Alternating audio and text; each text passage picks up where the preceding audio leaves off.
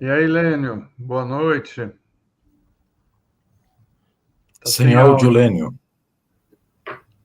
Você e a Sara. Eu desliguei realmente meu microfone. Mas o Lênio tá com problema no microfone mesmo, porque tá liberado o áudio. Tá sem áudio. Tá sem. Você pode sair e voltar, talvez. Ver Olha lá, ó, o microfonezinho. E agora? Agora vai. Agora tá jóia. Sim. Eu só quero dizer que eu já sufraguei, tá? Já sufraguei. Votou para nós lá, tá? Claro. Obrigado.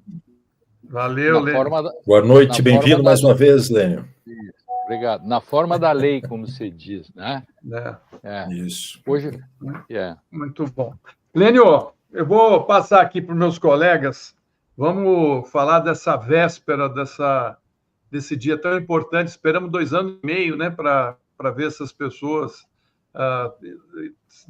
terem que encarar a justiça brasileira. Passar para a Tereza. Tereza? E teve tantas perguntas aqui, né, que a gente falou que ia trazer para ele. Me ajuda aqui. Uma delas, sim, nós discutimos muito aqui sobre anistia e indulto, né? Aí o governador Tarcísio dizendo que seria o primeiro ato dele indultar o Bolsonaro. Mas aí alguém disse que crime contra a democracia não pode ser indultado nem ser objeto de anistia. Isso procede? Total. O nosso preclaro governador, primeiro, foi infeliz em dizer que, ora, quem quer ser presidente da República não pode dizer eu não acredito na justiça brasileira. Isso é feio. Isso já o desqualificaria. Imagina, numa democracia, o candidato diz, eu não acredito na justiça. Aí o cara diz, mas por que eu votaria em você, então, se você não acredita na justiça? Segundo, no caso Daniel Silveira, a palavra, a discussão sobre a inconstitucionalidade de eventual anistia ou indulto para quem faz esse tipo de crime aparece 42 vezes no acórdão do Supremo Tribunal. Eu estudei isso e fiz, inclusive, um artigo sobre, eu não sei se foi para o Estadão, ou se foi para a Folha, ou se foi para o Conjur, o Globo, talvez, não sei. 42 vezes aparece essa menção à inconstitucionalidade de um futuro, de uma futura anistia ou indulto. Então, o Supremo tem posição sobre isso. Agora, essas coisas têm que ser analisadas sempre conjunturalmente. No Brasil, ele acaba sendo um país ornitorrinco, porque o parlamento ele cria uma situação deliberadamente para desgastar o Supremo Tribunal. Isto é, o parlamento fica forçando com projetos inconstitucionais e quando o Supremo declara, ele diz, ahá, você está se metendo na minha vida. Só que tem um detalhe, a Constituição tem uma série de barreiras contra golpistas, contra inconstitucionalidades, etc. Isso vem desde a história do constitucionalismo mundial, não é uma invenção brasileira. Aliás, os americanos que inventaram isso, de algum modo, em 1803, no caso Marbury versus Madison. Então, quando a gente fala disso por aqui, as pessoas se surpreendem e dizem, mas o Supremo Tribunal está fazendo ingerência.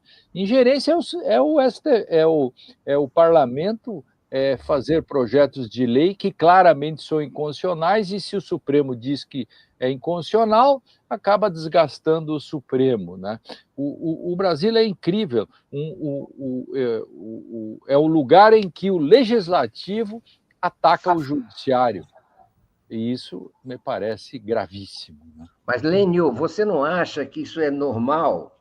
Você não acha que faz parte dos checks and balances, ou pesos e contrapesos da relação entre os poderes? Isso é, cada um dos poderes tem uma certa tendência a exceder sua canaleta, digamos assim, ou não? O que você acha? Não, vamos lá. Uma coisa é você discutir um furto no supermercado. Outra coisa é uma tentativa de golpe de Estado. Dependendo da análise que se faz hoje, o julgamento de Nuremberg foi ilegal. Ele foi nulo, etc, etc. Bom, e aí? E assim por diante. Há que se ter o timing de que o direito não é feito por anjos, o direito tem uma dimensão fortemente política, moral e econômica. Acontece que o direito em si mesmo, que sustenta a democracia, não é um oxímoro. Isto é, não dá para dizer não contentar-se de contentamento. Ele não pode ser usado contra si mesmo. E quando nós estamos discutindo isto aqui, meu caríssimo ombudsman, nós não podemos fazer uma análise do tipo, imaginem o gueto de Varsóvia e os alemães massacrando os judeus resistem à manchete do jornal. Judeus radicalizam no gueto. Desculpe a minha metáfora ou alegoria. Nós estamos tratando do julgamento mais importante da história do Brasil, ou dos últimos 70, 80 anos, em que pela primeira vez nós já tivemos 14 tentativas de golpes e golpes consumados, e pela primeira vez estamos processando os golpistas, que se tivessem vencido não teria julgamento. E é nesse sentido que tem que ser analisado toda essa problemática, entende? Então, é da regra do jogo? Concordo com você, meu querido. Só que não é da regra do jogo você usar a regra do jogo para acabar com o jogo. Vou repetir. Tudo isso faz parte da regra do jogo, check and balances, etc., e está dentro da história do constitucionalismo do mundo. A única coisa que não está exatamente dentro da regra do jogo é usar a regra do jogo para terminar com a regra do jogo que sustenta o jogo, que já não será um jogo, mas será outra coisa. Fui veemente, mas era necessário. Vamos lá, Miola. Não, mas Lênio, nessa tua linha, muito inteligível, a ideia, a estratégia da turma da extrema-direita é forçar a mão, criar um fato político ou com indulto ou anistia, ver isso declarado inconstitucional pela Suprema Corte e dizer que o país vive sob uma ditadura da Suprema Corte. Mais ou menos isso, não é? Desculpa-me, a piada que se faz no direito é a seguinte: o sujeito mata o pai e a mãe e depois no júri diz... Perdão por ser órfão. Perdoa-me porque eu sou um pobre órfão. É uma maravilha. Isso a gente, em latim, fica mais bonito, Teresa. Venire contra factum próprio. O que quer dizer? Se você sacaneia, não pode usar a sacanagem a seu favor, ou seja, ninguém pode ser beneficiado de sua própria torpeza. Isso começou em 1895, lá no estado de Nova York, quando o neto matou o seu avô para ficar com a herança, e depois disse, né? Então, a gente chama isso de venire contra factum próprio. Só para ilustrar, Miola, não, mas perfeito. O que você está dizendo. É isso mesmo. Não, mas é isso mesmo. Ô, Lênio, eu queria saber de você o seguinte, né? Todo mundo já está esperando, né? Inclusive a própria imprensa internacional, a condenação do Bolsonaro. né? Como disse a Tereza no início do Boa Noite, as provas são muitas, né? Certamente ele também sabe disso, porque está fazendo campanha por anistia desde que começaram as investigações, né? Eu pergunto na questão dos generais, né? O que pode acontecer porque nunca eles foram julgados assim, né? Acho que talvez, né, com o Juscelino Kubitschek, né, que eles fizeram aquela tentativa, foram presos, nem sei se foram presos, mas enfim, não responderam o processo. Foram anistiados. Isso, foram anistiados e foram os que deram o golpe depois.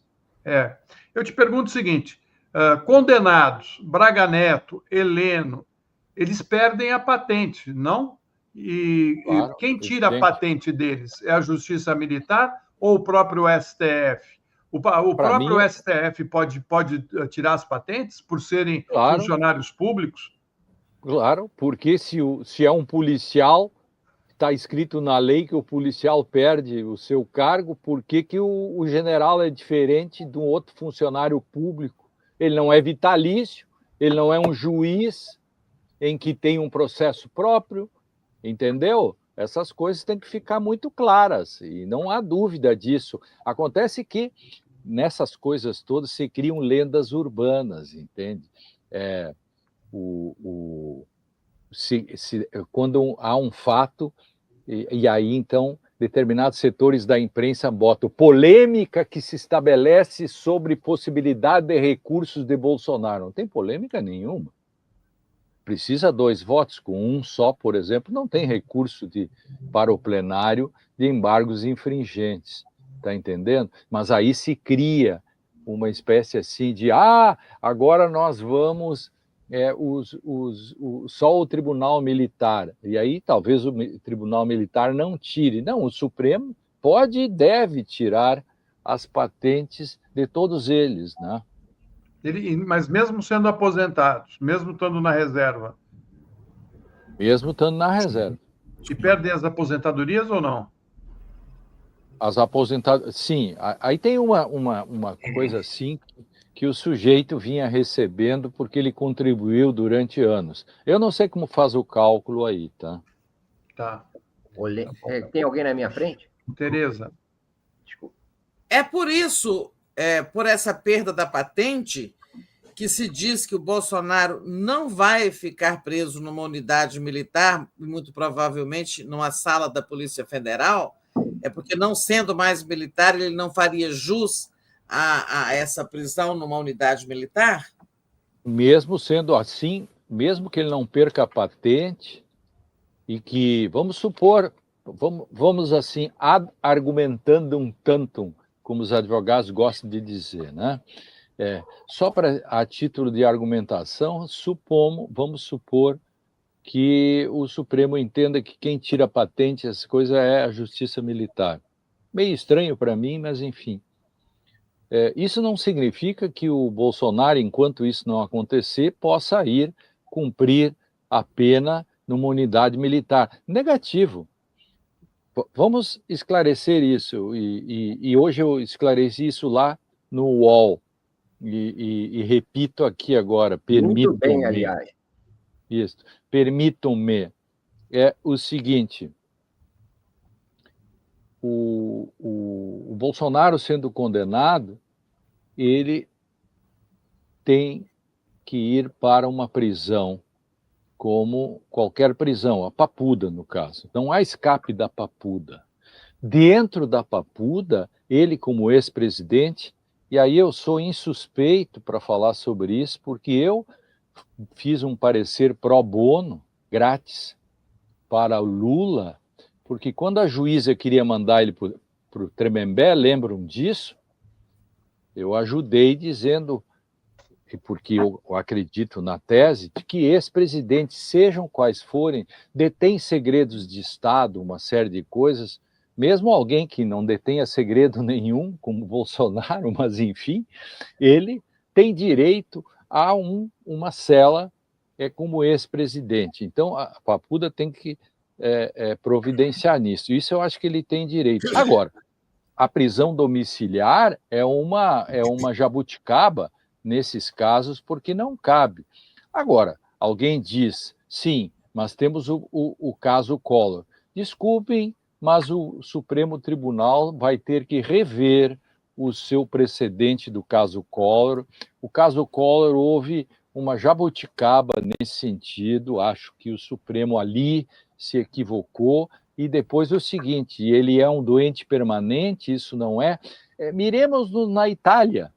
A Itália, por exemplo, com 100 páginas de laudo psiquiátricos, eles acharam o seguinte, não, o problema da nossa preclara Zambelli não é um caso para ser mandado para domiciliar, etc., e mantiveram ela presa lá. Esse é o caso que se estabelece. Não há uma questão legal simplesmente, porque se o regime é fechado, não cabe domiciliar. Agora, se ele estiver doente, vai ter que ser tratado num hospital, mas não na casa.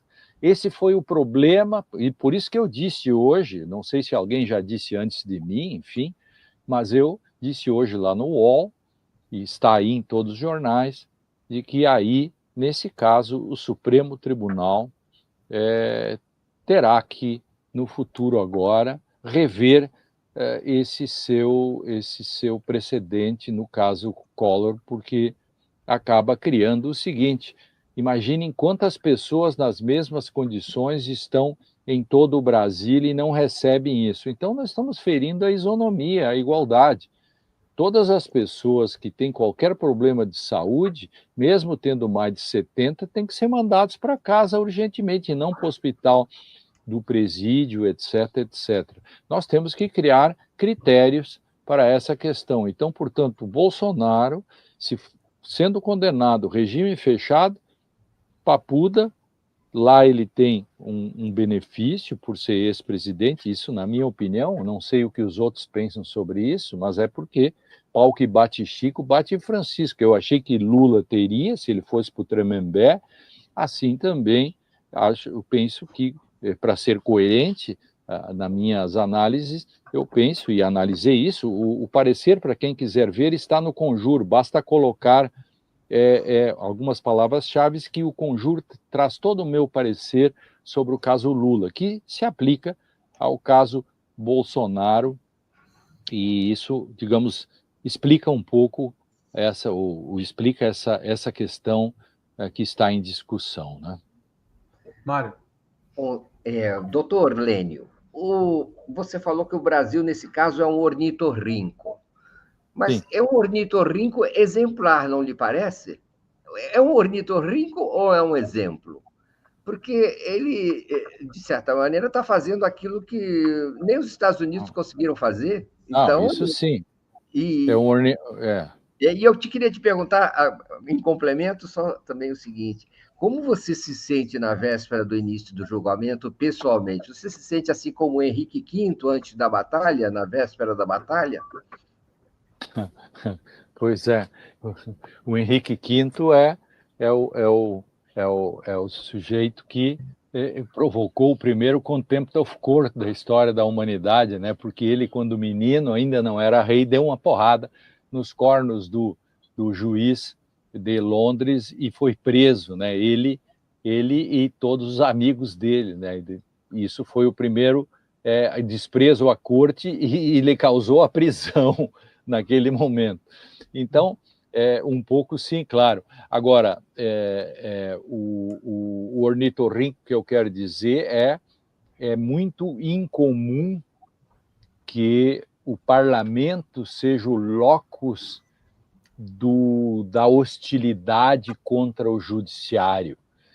Normalmente são os executivos que fazem uma carga sobre o legislativo ou uma carga sobre o judiciário, mas o legislativo ser o foco da discórdia e da hostilidade é bem uma coisa, um bicho que a gente não conhece bem.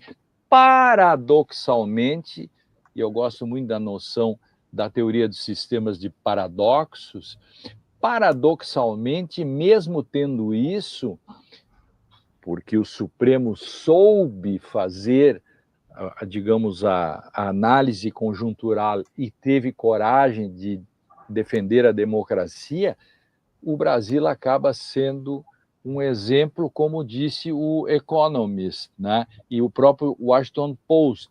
O Brasil se coloca como exemplo na medida em que ele resiste aos predadores, porque os predadores que são endógenos e exógenos. Os de dentro é o parlamento, a extrema-direita, e os exógenos, os de fora, são as forças dos Estados Unidos. Não é fácil fazer essa resistência, né? Eu te pergunto, Lênio, você que tem acompanhado, né, tudo o que vem ocorrendo no país desde que essa extrema-direita chegou ao poder, eles nunca esconderam, né, que era necessário para eles destruir o principal pilar, que era a justiça, né? Nem aqui, nem nos Estados Unidos. É um modelo que se repete. Você acha que a nossa justiça vai conseguir sair dessa mais forte do que entrou? Porque não é só o poder dessa massa de bolsonaristas de extrema-direita aqui no Brasil. Agora é o presidente dos Estados Unidos tentando fazer uma ação para desacreditar a justiça do Brasil. Quem ganha essa luta, Lênio, para você? Vamos lá, isso ainda não sei se já foi dito. O Brasil é incrível, porque primeiro tenta destruir a democracia por dentro, via judiciário. E depois a democracia é salva pelo próprio judiciário. Hoje me perguntaram, num dos veículos, qual é a parecência do caso Bolsonaro e 8 de janeiro e a Lava Jato e o caso Lula. Eu digo, claro que é muito parecido. Eu vou dizer por quê e desculpe o meu sarcasmo. No caso Lula tinha prova de menos e no caso 8 de janeiro tem provas de mais. Então, vejam, Sérgio Moro, e aliás, eu, há 10 anos atrás, foi em abril de 2025, né? E quem esteve lá, por exemplo, foi o jornalista Juremir, aí do Rio Grande do Sul, meu querido Juremir, nosso amigo, né? Juremir Machado. Juremir Machado, ele cobriu esse evento e eu fiz o debate com o Sérgio Moro. E eu disse na cara do Sérgio Moro, está gravado e tal, eu digo assim, com juízes como você, a democracia corre risco. E há 10 anos atrás, foi 2015, em São Paulo, ali o movimento era do judiciário contra a democracia do executivo, do legislativo. Agora se faz uma inversão. É o judiciário que enfrenta os seus detratores que tentaram o golpe. Percebe como, paradoxalmente, isso acontece? Sensacional. Muito bem. Quem agora é o Miola? Miola. O Lênio, de maneira geral, há um consenso, uma unanimidade de que as condições, as provas e todo o processo, né, muito bem primoroso feito pela Polícia Federal e a denúncia da Procuradoria vão levar à condenação do Bolsonaro e seus comparsas. Muitos juristas têm avaliado, tomando como referência as penas já impostas do 8 de janeiro, que o Bolsonaro e seus comparsas poderão levar as penas máximas de cada um dos 5 crimes, que chegaria a mais de 40 anos, 43 anos de condenação. Na entrevista de hoje, de um dos maiores juristas do nosso país, chamado Lênio Streck, esse jurista afirma, né, que prevê condenação de 24, 26 ou 27 anos. Qual é a modulação que tu fazes em relação a isto que difere né, desta expectativa que se tem de uma pena máxima pelos 5 crimes, que levaria a 43. Pela minha experiência, por estar em roda disso só no Ministério Público, tive 30 anos. Então, ali a gente dificilmente errava a pena. Então, inclusive, quando tem um julgamento, a gente se reunia, diz, quantos anos dá? Diz assim, por quê? Porque a gente tem, isso é quase matemático, assim. Por exemplo, um sujeito faz um roubo, 5 anos e 4 meses. Pode olhar, todos os roubos 4 e 5 anos. Aí, se ele usa a arma, aí 6 anos e 4 meses, 6 anos e meio, dependendo, com 2 pessoas ou com arma. Então, tem sempre um cálculo a ser feito. E somando, digamos assim, o valor médio que se coloca, porque eu estou sendo muito racional nisso, tá? Não é o que eu desejaria que acontecesse. Eu estou dizendo o que é, digamos, aquilo que a ciência do direito, né? O direito não é ciência no sentido neutro, mas direito pode ter pode ser um conhecimento rigoroso que lida com conceitos precisos, com conceitos razoavelmente bem postos. Portanto, as penas sempre não são postas no máximo, as penas são postas num grau médio. E disso tudo, a minha soma, que posso estar equivocado, obviamente, chega entre 23, 24 até 27. A ver, eu estou curioso, inclusive, para testar o meu cálculo. Espero que estejas errado, muito sinceramente. Mas é bastante cá para nós, hein? Não, é bastante, é bastante. Se eu estiver certo, cá para nós, é uma pena bastante alta. E ele ficaria em regime fechado até a progressão por quanto? 1/3 dessa pena? 9 anos? 8, 9 por anos? Aí, 7, 8 anos, por aí. Beleza. Obrigado. Ô, Lênio, nós podemos esperar uma condenação no dia 12, ou até o dia 12, ou você acha que o ministro Fux pode pedir vistas? Bom, vocês sabem que quando essa discussão surgiu, lembram disso? Nós acho que até falamos aqui um pouco, e o jornalista Hélio Gaspari levantou essa hipótese. Aí eu, de pronto, fiz um repto a isso, né, dizendo que isso não tinha sentido, que era muito um pouco de uma profecia autorrealizável, né? Quando você levanta, às vezes, um balão de ensaio, é muito mais o que você gostaria ou acha que acontece do que os elementos objetivos, né? Porque o jornalismo tem que ter elementos objetivos, né? Por exemplo, quem contou isso? Nesse caso, os elementos são as divergências. Como ele são as tem divergências, é possível pensar que ele peça. Mas por que, se ele tem todos autos à disposição e a dimensão, de novo, o direito não é feito por anjos, direito é uma coisa política, ele tem à disposição os autos, e por que ele atrasaria esse processo e pegaria para si um ônus que não muda o resultado do julgamento, percebe? Então, vejam, o Alexandre de Moraes se adianta a essa discussão e remete o link de todos os autos, etc., tudo isso para todos os ministros, para que, embora eles recebam no dia ou 2, 3 dias, mas ele adiantou mostrando antes já tudo isso. Então, por isso que eu não acredito em pedido de vista. Posso estar equivocado, mas eu não acredito. Rapidinho, vamos lá. Eu só acrescentaria também que o Fux foi chamado para as audiências não à toa, né? Quer dizer, ele não pode alegar que não tivesse tanto conhecimento das coisas assim para pedir vista. E você não me respondeu como você se sente pessoalmente diante do que começa a acontecer amanhã.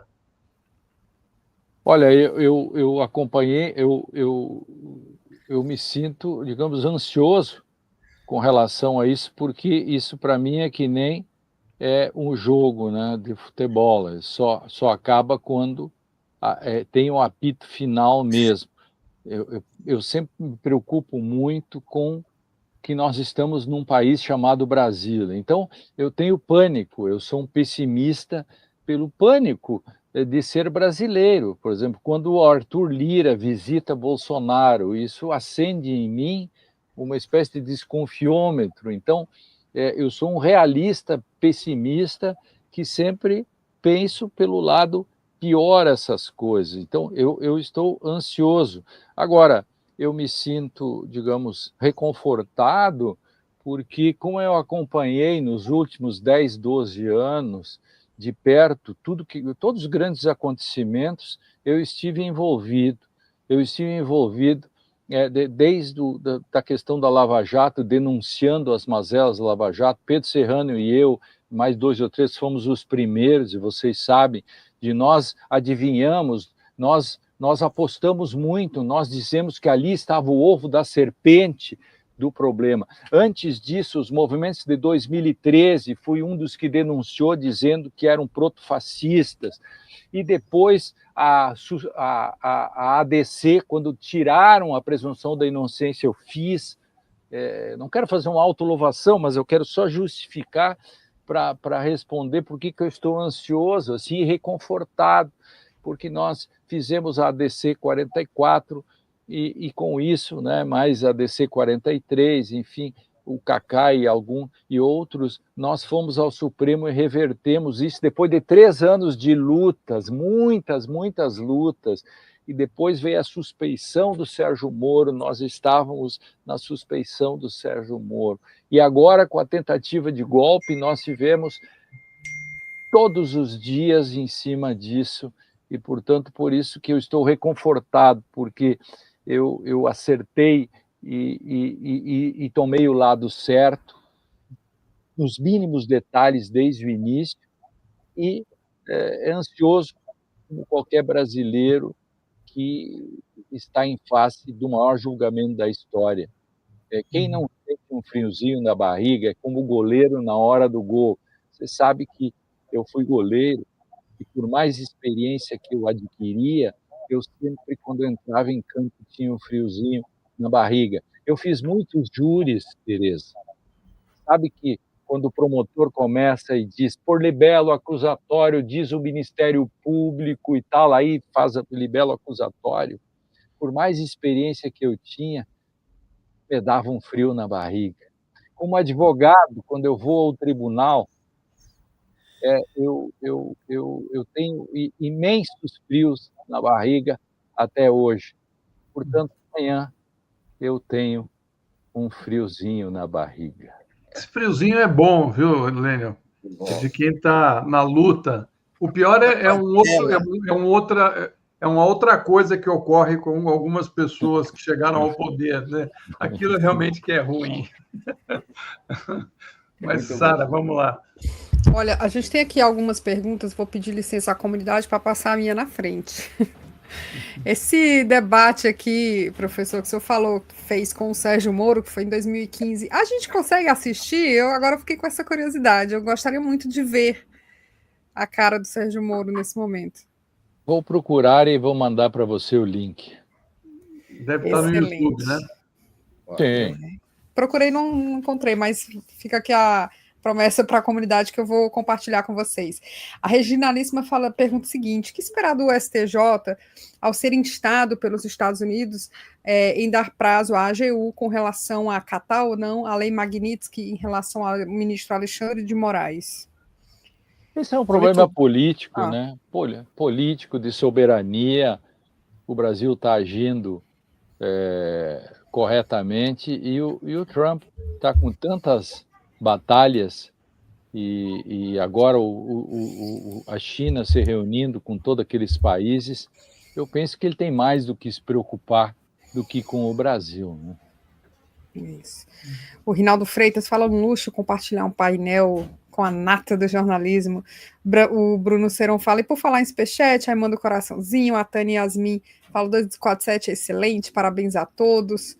O Soberano Brasil fala, o jogo é pesado, 247 não se dobrou a Faria Lima e ao sistema. A Roberta fala, eu estou aqui há 100 anos. Daqui eu não saio. Viva a Vida fala, Léo Atushi, jornalista íntegro e equipe de ouro. A Joara Minharo também manda superchat dizendo que dá apoio incondicional à nossa equipe. Roberto Alves Rodrigues, enfim, o Manuel Gonzalez também mandando superchat de apoio. E eu acho que o professor Lênio acabou respondendo todas as perguntas que estavam ali na cabeça da nossa audiência, né? Que todo mundo estava em dúvida em relação ao julgamento de amanhã, que começa amanhã, melhor dizendo. Muito bem, Lênio. Obrigado. Não sei nem como te agradecer, viu?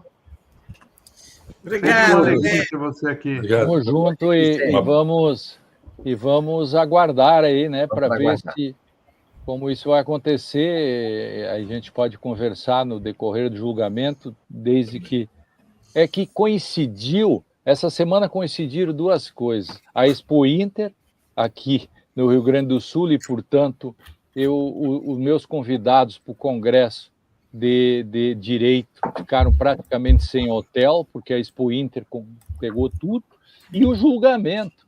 E eu estarei quinta e sexta, de manhã à noite, envolvido com convidados, palestras, etc. Eu mesmo faço conferência de encerramento na sexta-feira, e, ao mesmo tempo, o julgamento.